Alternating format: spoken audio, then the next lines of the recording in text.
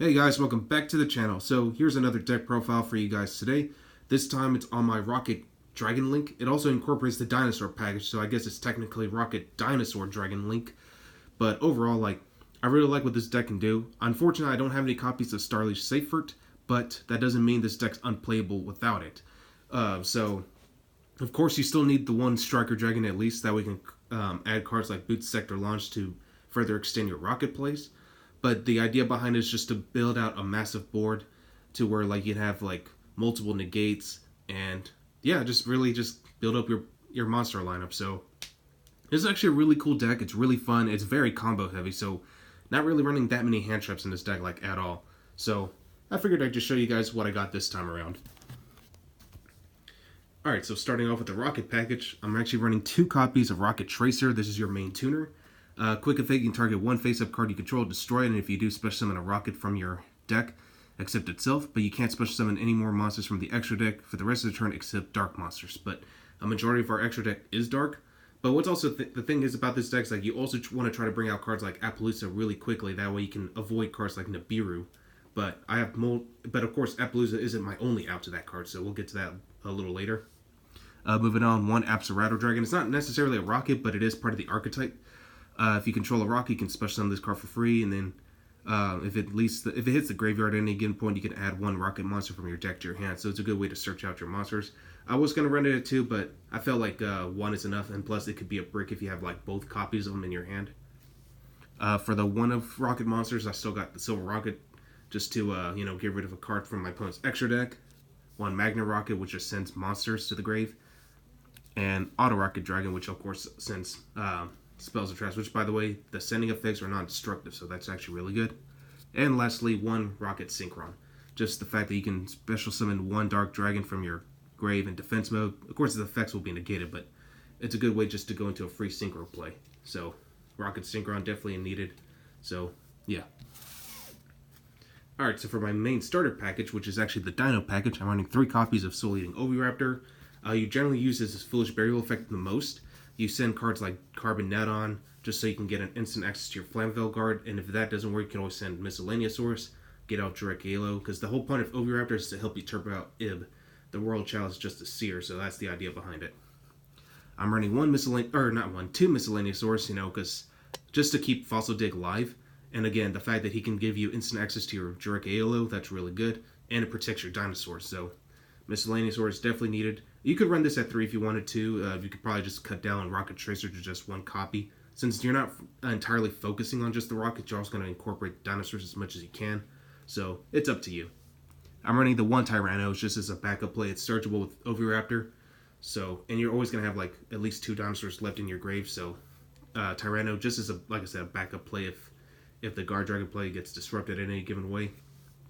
The 1 Carbon Neton, definitely want to get this to the graveyard as quickly as you can. The fact that you banish it to special summon any level 7 or lower dragon normal monster, that's pretty busted. And of course the 1 Direct Galo is a tuner monster. You definitely want to make good use of the tuner monsters as much as you can. From here on out, it's just 1-ofs. In fact, these are the dragon 1-ofs. 1 Flamvell Guard, again, you definitely want to get this out through Carbon Neton. 1 World Chalice Guard Dragon, just to keep extending your play. You banish it to special summon a normal monster from grave. 1 Red MD, 1 Tempest, Destrudo, and then I don't have Chaos Dragon Levianeer, so this is filling in the shoes for right now. Chaos Emperor Dragon Envoy at the end. So, yeah, that's pretty much it. I mean, even though I don't have Chaos Dragon Levianeer yet, I mean, Chaos Emperor Dragon is almost as good, and plus it's a free 3k beat stick, so why not? And the only hand traps I'm running is just a 3 Ash, because again, this is a combo deck. Combo decks don't use a lot of hand traps. You mostly want to run a lot of combo pieces. Alright, so that's pretty much it for the monster lineup. Now we're going to go ahead and move on to the spells. Starting off with Fossil Dig, and as I mentioned, this card is always live, pretty much, because you don't just search out the Oviraptor, you can also search out Miscellaneousaurus, you can search out Direct Galo, which mostly you shouldn't, but just mainly Oviraptor and Miscellaneousaurus. 3 Quick Launch.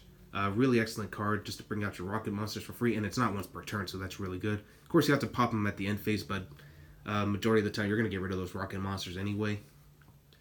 3 Called by the Grave. You don't want to get disrupted by hand traps, so You definitely want to run this at 3. I'm running 2 copies of World Legacy Guard Dragon. I was running it at 3, well, testing it out at 3, but I bricked with it a lot, so I think 2 is just fine. You mostly just want to search it out. But if you do open up with it, you could always search out the next card, World Legacy Succession with Ib's effect, so as long as you have one or the other, you should be just fine. 1 Dragon Shrine's a hard once per turn. I wanted to run it at 2, but I had the same issue. I sometimes open up with both, so I'd rather just have some one-ofs and just like... And plus, the entire deck's not dragon, so you definitely want to just need to use 1 at least. Of course, 1 Foolish Burial. Dragon Ravine, which basically acts as the second Dragon Shrine anyway, so Ravine is just fine. And then, of course, the last card in my deck, Boot Sector Launch. When I search this out with Striker Dragon, you never want to see this in your opening hand. If you do open it with it, it's unfortunate, but if you have Rokket monsters, you should still be able to pull off something, but just don't bother with the Striker Dragon at all, so yeah. Alright, so that's it for the main deck. That's 40 cards. Now moving on to the extra deck. Running 1 Striker Dragon. Shoutouts to Emmanuel, who helped me get this card in the Pyro Phoenix from yesterday, so thank you again, man. I really appreciate this. 1 Link Rebo. 1 B-Cop. Erratic Seal of Heavenly Spheres, for disruption. Romulus, which searches out your Dragon Ravine. Also got my Guard Dragons, Pisty, and Elpie, of course. Definitely need these to bring out your Red MD. That's mainly the one you want to bring out the most. 1 Triple Burst Dragon. For Link Force, I got Saryuja, of course, for draw power. 1 Appaloosa. Before I wanted to take it out, but now I want to keep it in, because again, it's just one of my outs to Nibiru. So if you make this card early on, you should be able to go full Guard Dragon combo after, with hardly any hassle. I also got Boral Sword Dragon, which helps you enable the effects of the Rokket monsters. Like, I usually like to bring out Silver Rokket Dragon, switch it to defense mode at one point, let it pop itself, and then banish a card from my opponent's extra deck. Now for the Synchro monsters, I'm actually running 1 Ib, the World Chalice, just Seer. 1 Borlode Savage Dragon, which also adds Nibiru if you make this early on, but generally you always bring them out like later in your turn. But the one card I do love to use to get rid of Nibiru for good is Draco Berserker of the Tenye. Very generic level 8 Synchro monster.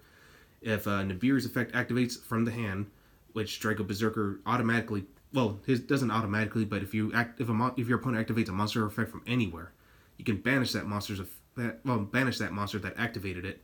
And yeah, and what's good is that since Nibiru activates from hand, it can't resolve it if it gets removed. So that, and especially because the tribute effects is not cost, so Draco Berserker really kills Nibiru.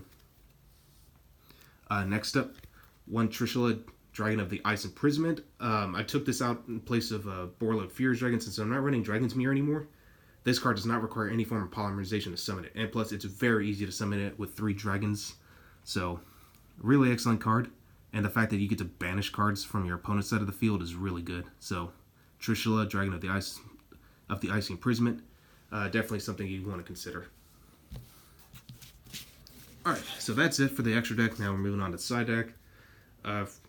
Actually running DD Crow for the Salad and Orcus matchups. Artifact Lancy also really good against Orcus, but it's mainly specifically for the Thunder Dragon matchups. 3 Mind Control, which is really good. 3 Twin Twisters for any back row heavy strategies, and of course 3 Red Reboot as well. I don't like dealing with Floodgates, so Red Reboot is definitely one of the best ways to go about that. So yeah, and it also outs Orchestrated Crescendo too, so if they do manage to go full Orcus combo against you, Red Reboot could basically help you out with that. Well, that's all I got for you guys today. I hope you guys enjoyed this deck profile, and I will catch you guys again next time.